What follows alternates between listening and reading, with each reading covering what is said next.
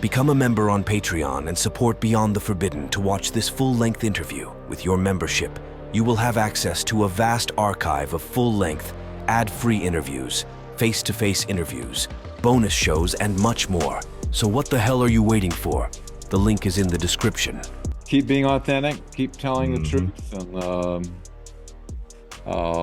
you know, sometimes it connects dots for people. You know, a lot of stuff is, you know, your audience is pretty savvy, and you know, so some of it's like a review of information, but then all of a sudden there's like new little elements like, oh, I didn't know that about that, you know. And so, you know, it helps the collective mind, I guess. We're all connected to this morphogenic field, you know, the 100th monkey type of thing, you know, where you know, a lot of people are getting these ideas into their head that help form the picture that's been hidden. You know, because our planet's been hijacked essentially. And when you start to research back through history and you find out, you know, how our mainstream media system has been, and our information systems have been infiltrated back a long time ago, it then starts to make sense what's going on in the world. Yeah, exactly. And how do you, I guess, how do you discern? You know what I mean? Like, how do you just with you, I guess, like, how do you because there's so much information that we're being bombarded with, from everything from geopolitical stuff to extraterrestrial stuff to alternative history stuff, you know, like, how do you discern all this? Because we are in the informational age, you know, how do you discern what's coming in might be legit or might be bullshit? Like, how do you discern? Do you just put it on a shelf and you look at it, you remember put it on a shelf and you come back to it? Like, how's your process of discernment, Dan? Oh, that's an excellent question. You know, when I testified in Washington back in 2001, I didn't even know what Operation Mockingbird was, you know, and so I couldn't imagine, you know, 22 cameras in the back row and a place packed with reporters. You know, how could these explosive testimonies not then a media company out of Hollywood wanted me to write an article on the control of media regarding the UFO issue. And so I gladly accepted because I wanted to understand, you know, what happened. You know, I mean, we're revealing, you know, bases on the other side of the moon. We have 0-point energy, 57 different species already categorized. President, CIA directors being denied access. You know, just on and on. Just incredible. Each one of these testimonies, but the media found a way to make it sound like the only reason we were seeking a congressional hearing was about, you know, the reality of UFOs. You know, this is what you call a typical limited hangout. So they obscure the volatile hot information and make it sound like you know, a non-event. So in order to understand this, what I had to do is I had to go back through history.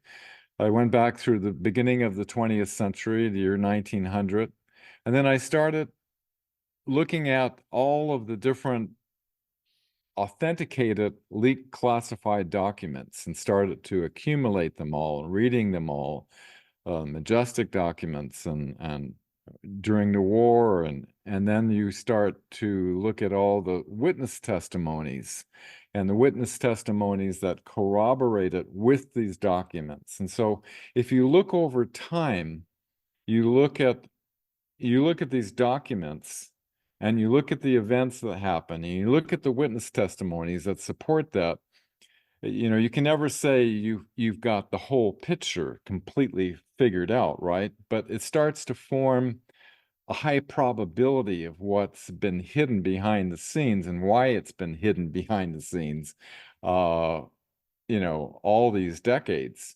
And so that's what I base when I hear new information. I see how it, and you know, it takes accumulating a lot of knowledge and research. And so when you have a larger reference source to compare to see, you hear something come out, some new information, how does that match up with what you already know? And you have to put a lot of stuff on the shelf and see, which way it's going. But there's definitely, after a while, you start to see the lies. You start to see what's definitely disinformation. It's interesting that the World Economic Forum, Klaus Schwab, he listed the top 6 things of the most threatening things, and the biggest threat is misinformation. Because they want to, they're afraid of media outlets like yours and others in the alternative media that are going around outside of their control of, they have 6 corporations they got it down to that control all of, New York Times, Washington Post, CNN, ABC, CBS, all the different networks. They're all centrally controlled with the talking points that are formed by not only the Bilderbergs, but the Council of Foreign Relations and Trilateral Commission that give them, and this goes all the way back to I think even Travis Stock Institute also. Say again? I think even the Travis Stock Institute also had to play with what is portrayed in the news and propaganda that they spoiled out to. They started back 1921, I believe. They were uh, and going back to 1917, you have Rockefeller, J.P. Morgan, and Warburg, who gave us the Federal Reserve. They bought the 25 main newspapers, and they put their own editors in and gave them the information in order to form the public's perception. And then Nazi infiltration that happened at the end of World War II. We have Alan Dulles, who was instrumental in the Nazi infiltration. He set up Operation Mockingbird along with the MK Ultra mind control things and many other things. So, that brings us up to a possible topic for tonight that I just made a presentation on. There's a lie going around, and that lie is that we haven't made much progress with the reverse engineering of extraterrestrial craft, that we don't have advanced anti-gravity technology. Now, there's a reason why they are putting that narrative out there. And so if you want, I could put together a little slide presentation for us. Go ahead. I was trying to, because I did take a few notes. I believe that's that video that you sent me. I didn't get to watch. I kind of skimmed through it a little bit because I was in a rush, but I did take a few notes. But yes, please, let me go ahead and share this where you can share the screen. All right, Dan, I believe you should be able to go ahead and take control, man. All right, here's I'll do it. We're gonna keep it let's see. Can you see that okay? Yep, PSYOP topic number 11. Yeah, we already went through 10, so now we're on the number 11. Okay, the topic is we've made little or no progress in reverse engineering extraterrestrial anti-gravity technology. Now, you have to look back at when indications show anti-gravity craft already exists. You're going all the way back to 1915. Tesla was talking about a flying machine that he created that could, my flying machine will have neither wings nor propellers. You can see it on the ground. You'd never guess that it was a flying machine, yet it can move at will through the air in any direction with perfect safety. This was way back in 1915. And he was conversing with Maria Orsic, who was getting telepathic messages from the Albarian solar system that gave her technology instructions on how to build a flying saucer, basically. And she gave that to Dr. Schumann, who found viable physics for development. So by 1934, the Nazis developed and had anti-gravity craft 20 years ahead of the US. As Professor Hermann Oberth stated, we had help from the people of other worlds. 1939, a single U.S. Navy spy reveals to Secretary of the Navy James Forrestal the Nazis' secret space program. And Forrestal started a spy program in Germany, which William Tompkins was involved with. Now, at the fall of the Soviet Union, Vladimir Terzitzky, he gathered the Nazi SS secret documents that showed they had a number of craft that they developed. Here's a large Andromeda craft. It's like a big cigar-shaped craft, and these were the different, starting with the Hanabu 1, Hanabu 2, and so forth. Mm-hmm. By 1942, of course, if you have this technology, they established a moon base. And before the end of the war, they planned to infiltrate in, create this matrix of perception to hide their secret space program. Over 250,000 Germans, over 100 U-boats were missing, and the Reich's top scientists were unaccounted for, all going to Antarctica, and they took all the anti-gravity craft from Germany with them.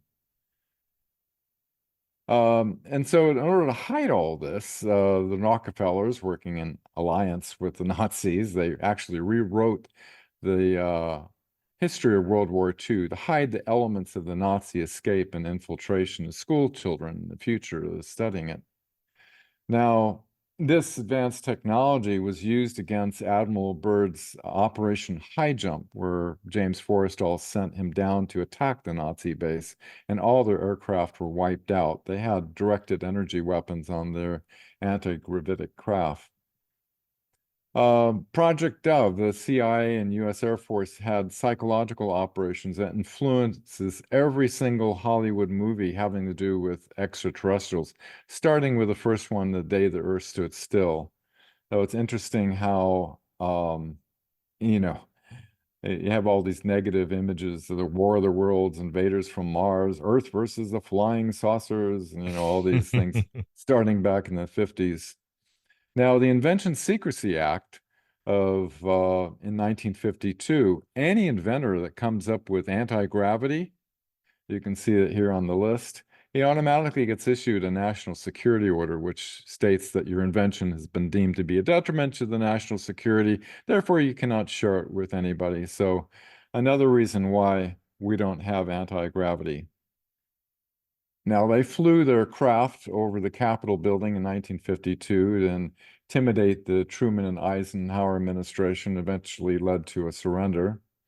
MJ-12 started a psychological operation using George Adamski to keep the public awareness from the Nazi craft and say they were our space brothers from Venus. Here you can see a picture of the photograph Adamski took, and it's identical to the Hanabu 2.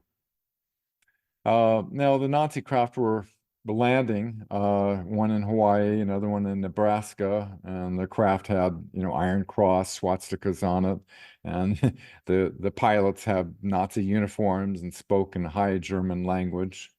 So this was something very embarrassing that they wanted to keep the public from being aware that the Germans had a breakaway civilization, and they were in possession of technology that was far in advance of what the United States had.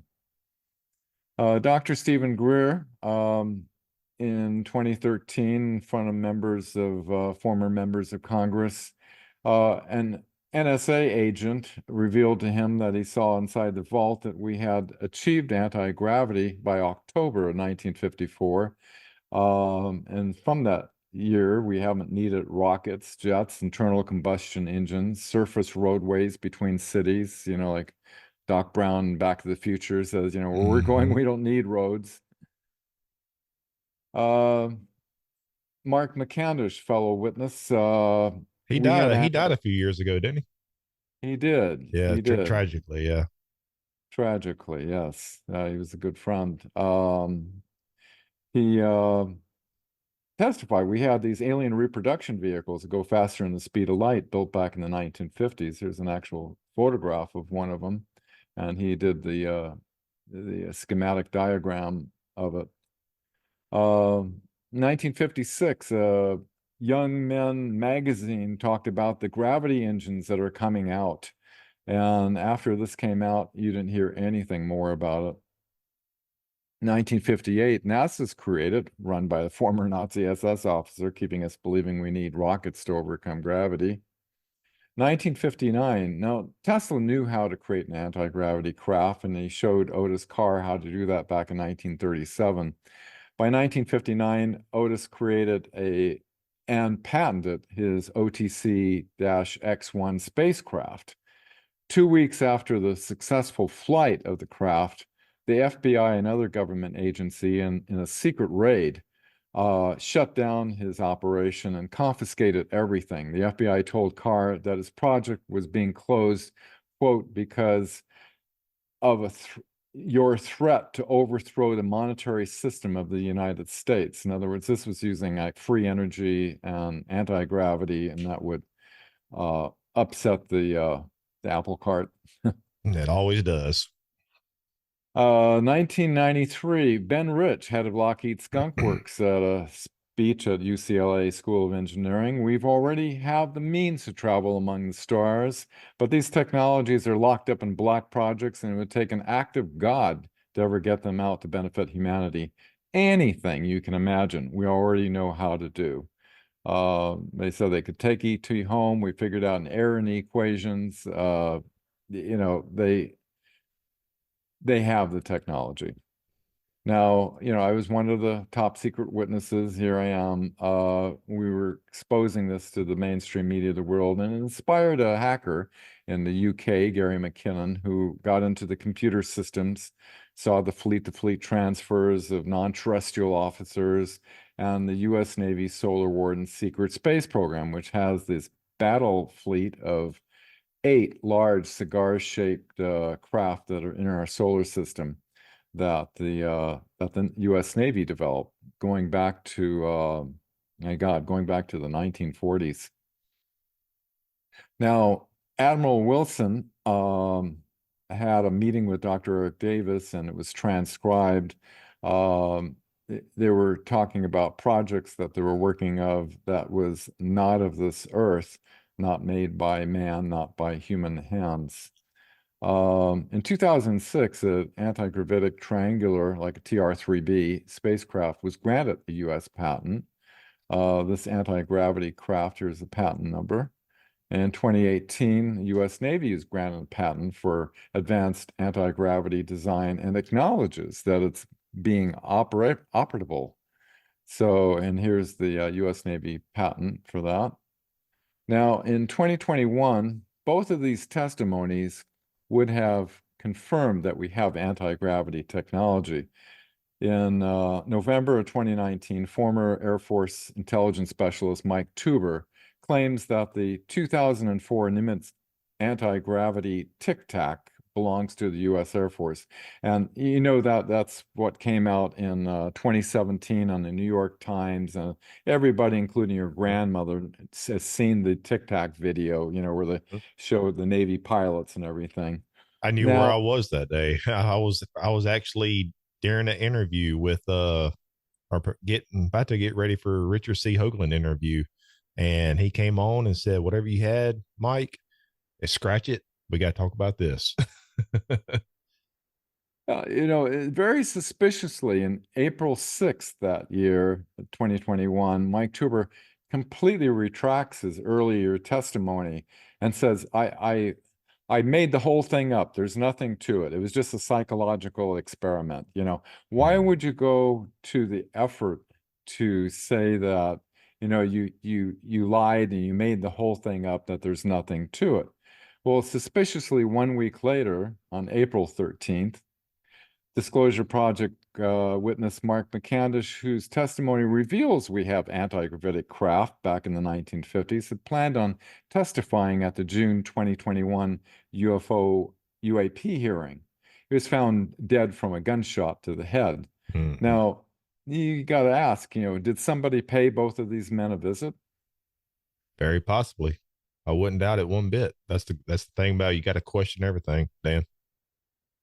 So who has claimed, excuse me, who has claimed we don't have advanced anti-gravitic technology fully developed from reverse engineered extraterrestrial craft, considering everything we just went over.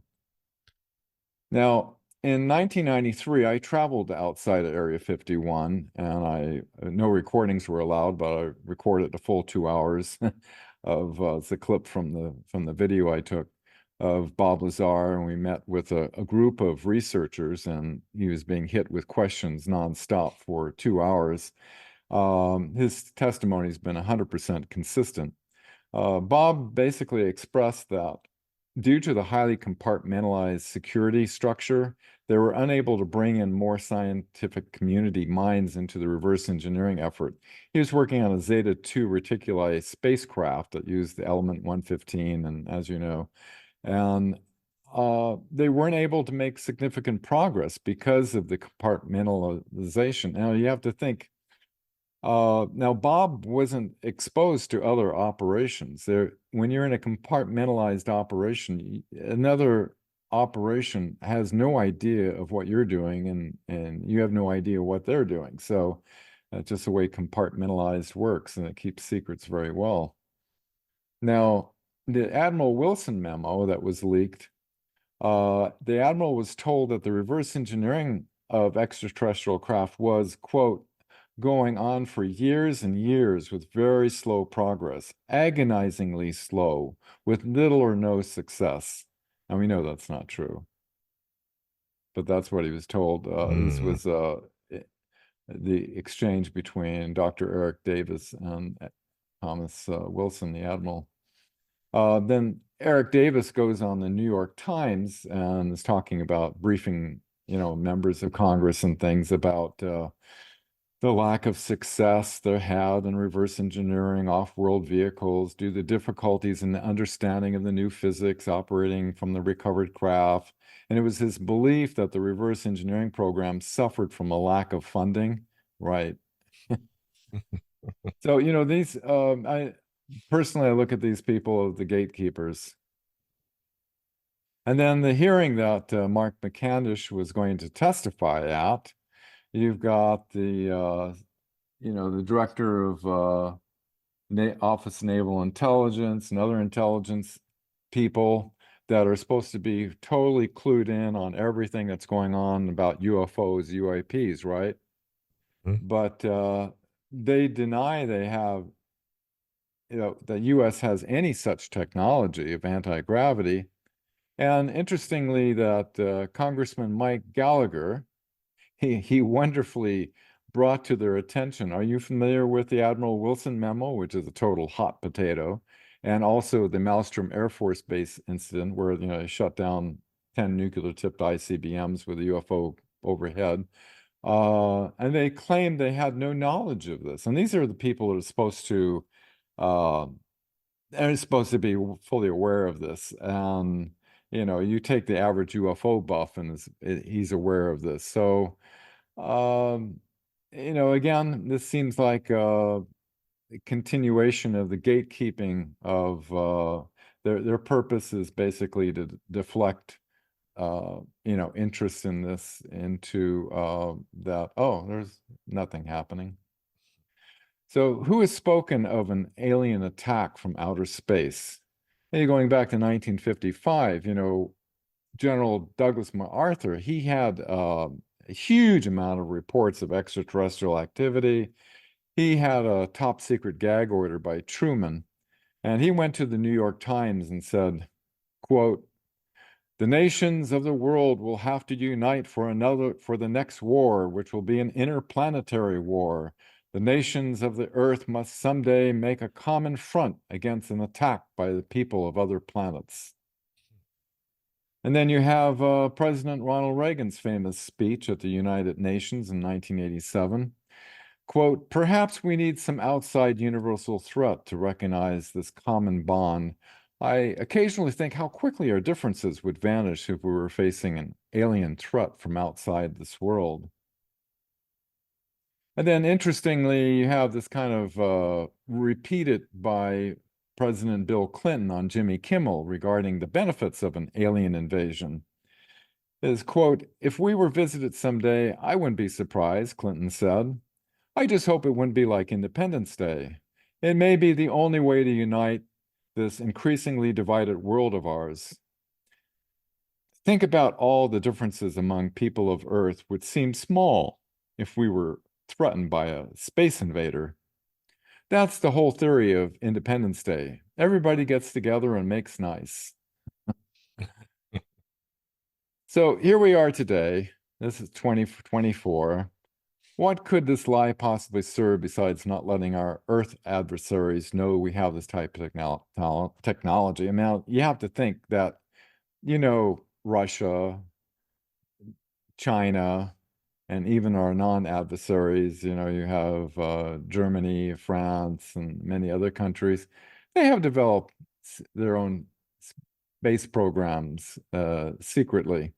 So wouldn't this technology just alleviate so much, the free energy and anti-gravity, so much problems on this Earth? But, there's been several indications that a plan has been in place for a long time to create a false flag alien invasion. So what evidence is there for a plan for a false flag alien invasion? Well, if you go back to 1967, the report from Iron Mountain got leaked. This leaked document concludes that war, or a credible substitute for war, is necessary if governments are to maintain power. In other words, the need for continually create ongoing enemies through false flag events to perpetuate war on this planet. When President Lyndon Johnson found out about it, he just he hit the roof. He suppressed it for all times. He was really upset that this got leaked. And I went through this document, and I found a curious passage in page 51. Quote, "It has been hotly argued that such a menace would offer the last best hope of peace, etc., by uniting mankind against a danger of destruction by creatures from other planets or from outer space. Experiments have been proposed to test the credibility of an out-of-the-world invasion threat." Now, when you talk about experiments, now, if they had anti-gravity technology back in 1954, they could have the technology to pull off an experiment to simulate a alien invasion. How weird is that was on page 51?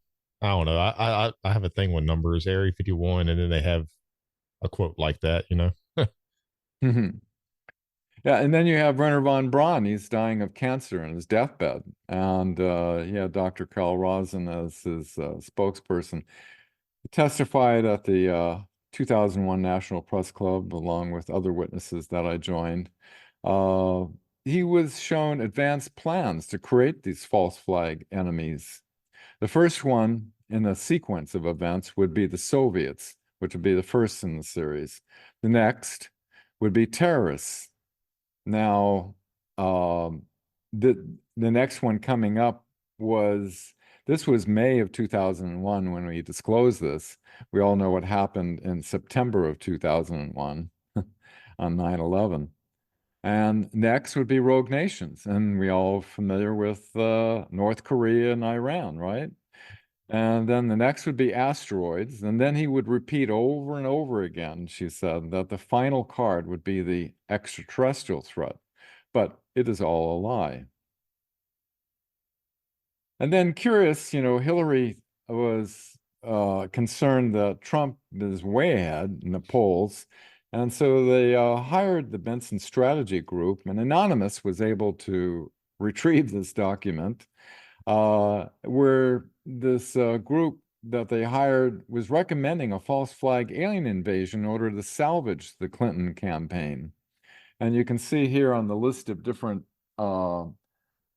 things that would keep Trump voters from voting.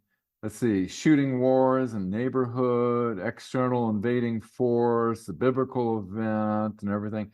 But the one that's listed by attack by extraterrestrials was 38%. That was the highest. So they figured this would be the one of choice. And so the document analyzes a number of these salvage scenarios and recommends one called Fire Sign, which is a false flag extraterrestrial invasion using advanced holographic technology. And this was in 2016. So, bottom line is, don't be fooled.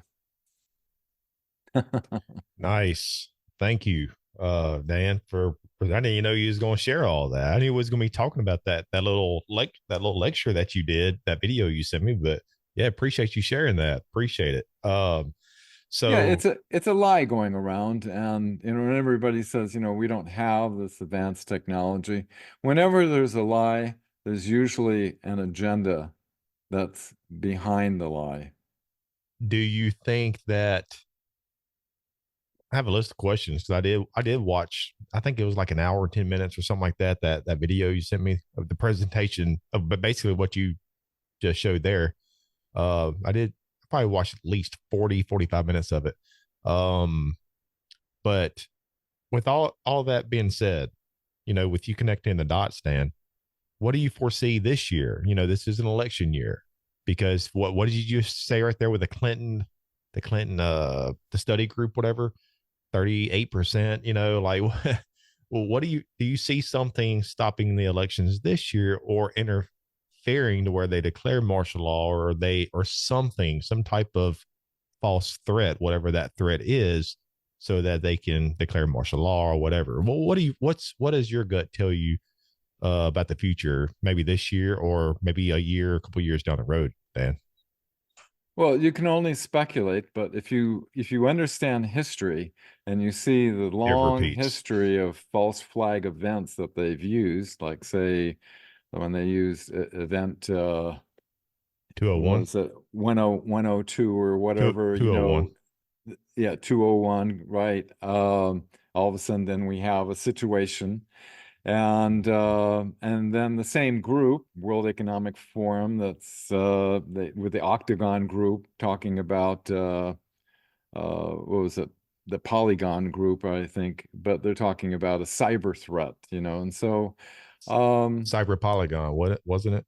yeah, cyber Polygon, yeah, Yeah. good memory. Yeah. And so when you consider you have an invading force coming into our country, and you have a critical infrastructure, and considering they're they're so concerned about the alternative media because a lot of people are waking up and seeing what's going on. It's outside of their control of the mainstream media that's forming that certain portion of the population that can't wrap their mind around that our information systems have been infiltrated and controlled toward an agenda that's being used against them, that the enemy has taken over our communications.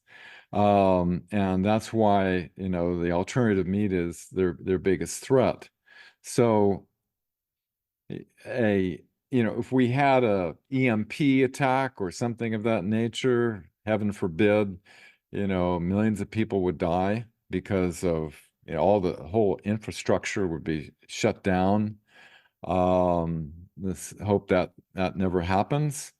On the bright side, the deep state's high echelon, their overlords were of regressive extraterrestrials that were in our system for some time, and they have been removed. And according to the U.S. Navy's think tank, the Arlington Institute, 3 independent sources have confirmed that, which is exactly what Elena has disclosed, and they were removed back in 2021. So we only have the deep state element, the human elements now to deal with.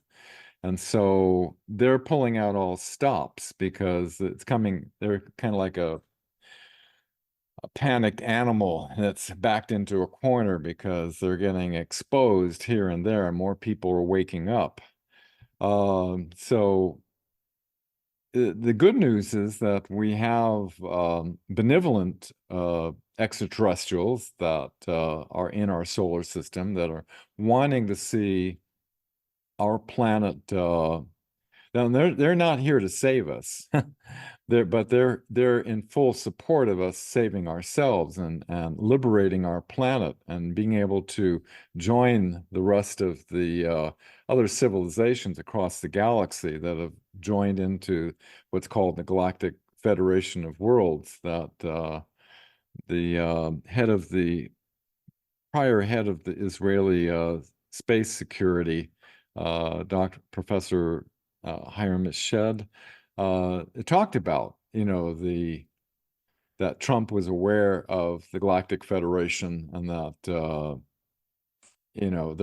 they're not quite ready yet to reveal themselves, but there is a disclosure plan that has been given to what's called the Earth Alliance. It's kind of like our secret space program of our white hats that have advanced technology. And so you have a lot of different complex elements. You have different players that are, black hats and white hats that are in our military. There's good people, and there's good people in our intelligence agencies, good people in the Space Force. Um, there's the elements that want to enslave us. They want to reduce our population and have a small slave force and control them. And then there's the elements that want to um, take these people out and, and then the treasonous charges and liberate our planet and release these technologies that have been withheld for so many decades, that not only do we not need these dangerous, obsolete technologies of nuclear, oil, and coal that we've been forced down our throat for all these years, but the medical technologies, the corrupt medical system.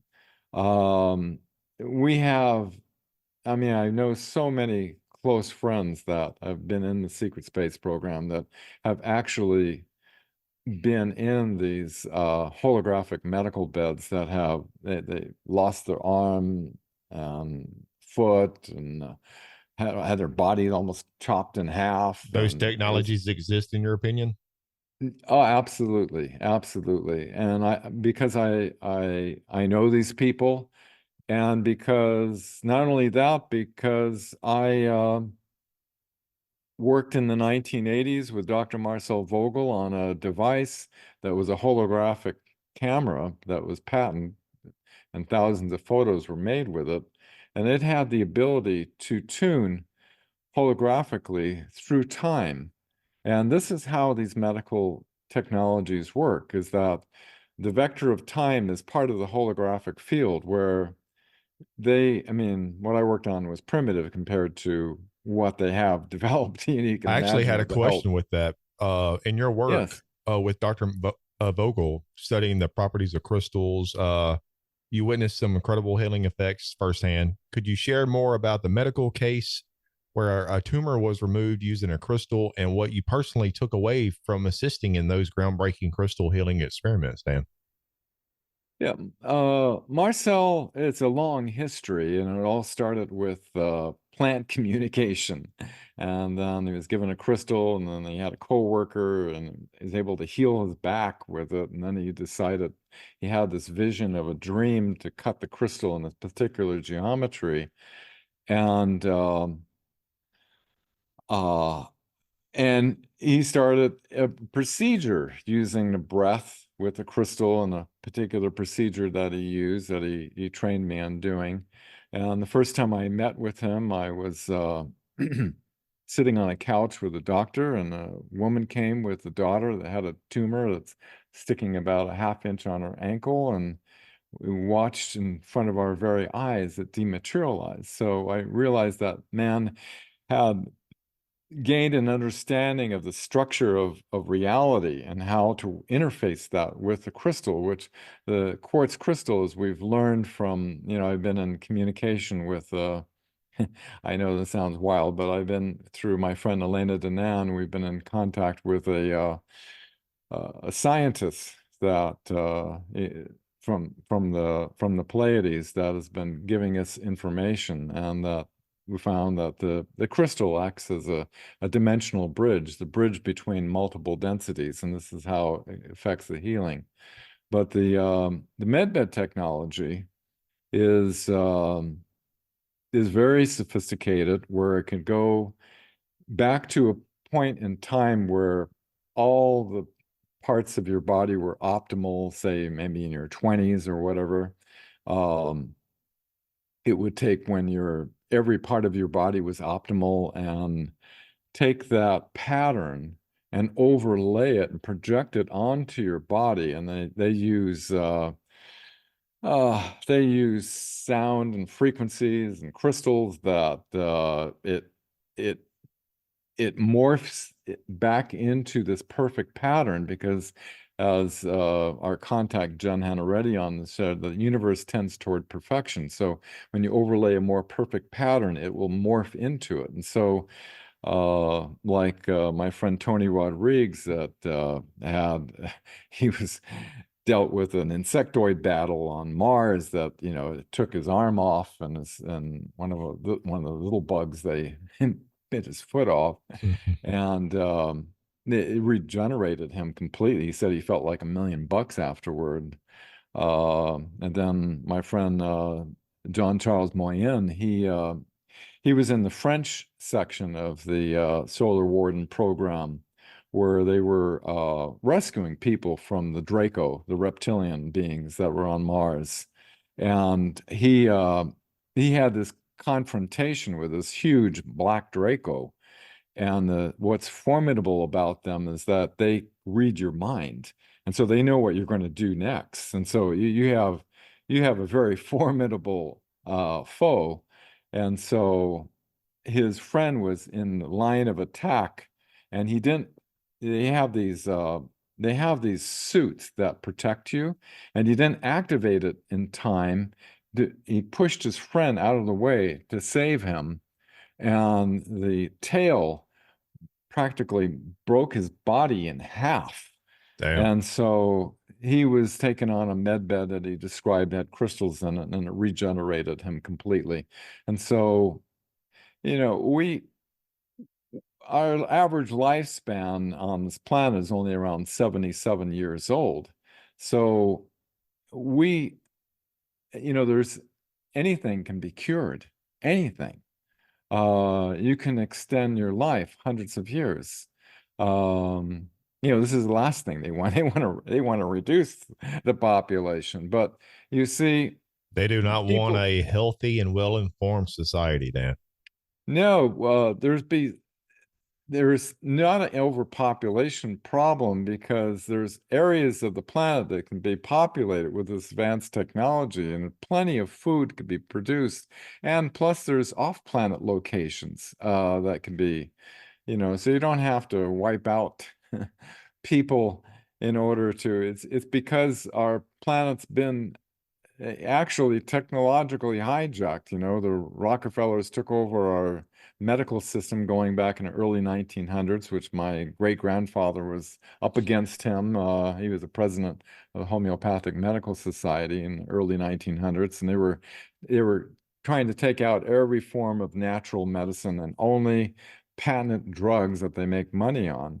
And that's the system we have today. It's all, and they write the school books for the doctors, and they get huge incentives. And um, you know a cured patient doesn't make much profit. So and I had a personal experience with my mother, where she had a high level of cancer. The doctor wanted to remove her eye and half her face. I took her across the border, because only radiation, surgery, and pharmaceuticals are legal in California. So I took her across the border and stayed with her for the nutritional therapy of the Gerson therapy.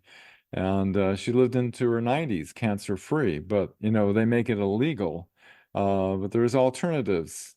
And the body has this intelligence in it that can cure itself. If you give the body the nutrition it needs, help assist in the elimination, the body can heal itself. So this is but they make so much profit on this, the radiation therapy and everything. So it's a system that's driven by profit.